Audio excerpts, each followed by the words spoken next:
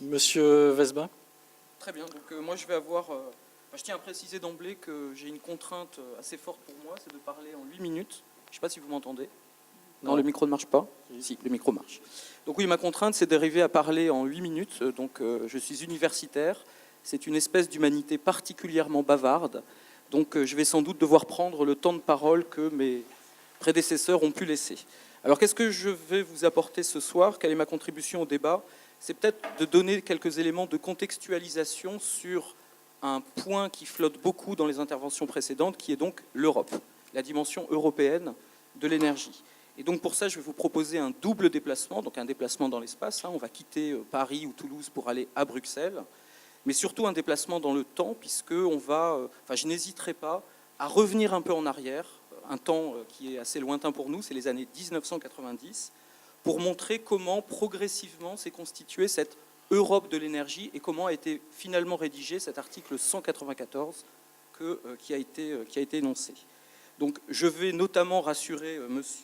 Poujade sur la sincérité des échelles. Donc, l'Europe est une échelle sincère quant à la transition énergétique, mais je vais sans doute déprimer François Lafont en montrant que, pour l'instant, il n'y a pas véritablement de politique européenne mature, robuste, intégrée en ce qui concerne l'énergie.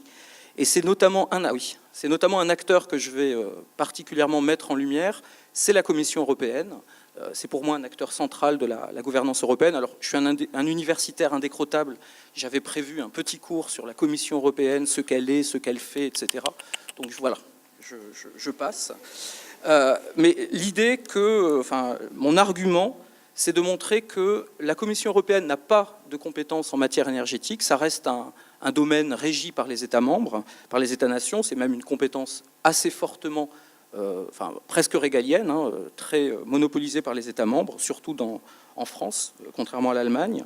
Mais que pour contourner ces résistances nationales sur les politiques énergétiques, la Commission a mis en place un cadre, c'est-à-dire un ensemble de mots, des figures rhétoriques, des discours, des symboles qui lui ont progressivement permis de constituer ce qui deviendra ensuite l'article 194.